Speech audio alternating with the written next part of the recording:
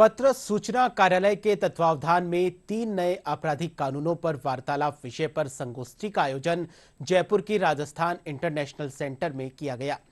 इस मौके पर additional DGP police training doctor Malini Agrawal ने 3 नए कानूनों पर विस्तार से जानकारी दी। उन्होंने बताया कि ये नए कानून आगामी 1 जुलाई से देश में लागू हो जाएंगे। कार्यक्रम में पूर्व एडिशनल एसपी जगमोहन शर्मा और पूर्व एसपी अशोक चौहान ने एफआईआर और साइबर क्राइम के बारे में विस्तृत जानकारी दी।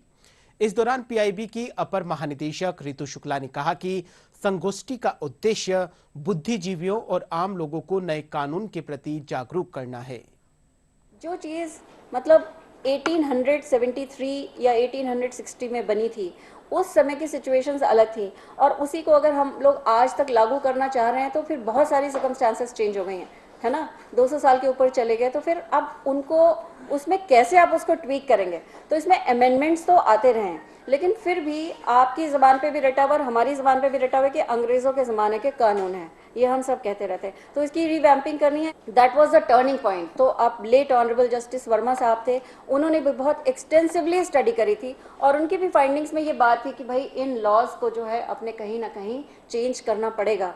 और मुझे लग रहा है कि इन सब जो इतने लर्नेड लोग हैं और भी इसके इतने सारे स्कॉलर्स हैं, इतने सारे स्टेक होल्डर्स हैं, चाहे वो जुडिशरी के हों, चाहे वो पुलिस के हों, चाहे वो एनजीओ हो, चाहे वो प्रेस हो, चाहे वो पब्लिक हो, जिस तरीके से सिचुएशंस आ रही है उसमें मतलब सबको लग रहा था कि ज़रूरत है कि हम अपने नए कानून को लाएं, कैसे हम उसको एक बहुत बेहतरीन तरीके से ऐसा बनाएं कि वो पनिशमेंट सेंट्रिक, यानी कि हम पीनल कोड की बात करते हैं ना, जैसे हमारा इंडियन पीनल कोड है, तो पनिशमेंट सेंट्रिक यानी कि सजा के ज़्यादा जोर देने से विक्टिम सेंट्रिक, यानी कि हम पीड़ित को कितनी राहत दे पाएंगे। एंड हेंस द नेम भारतीय न्याय संहिता।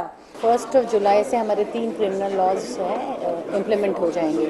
तो पीआईबी और मिनिस्ट्री ऑफ होम अफेयर्स की एक जॉइंट इनिशिएटिव है, जिसके माध्यम से हमारे जो मीडिया बंधु हैं उनको इन लॉज के बारे में बारीकियां जो हैं उससे अवगत कराया जा रहा है।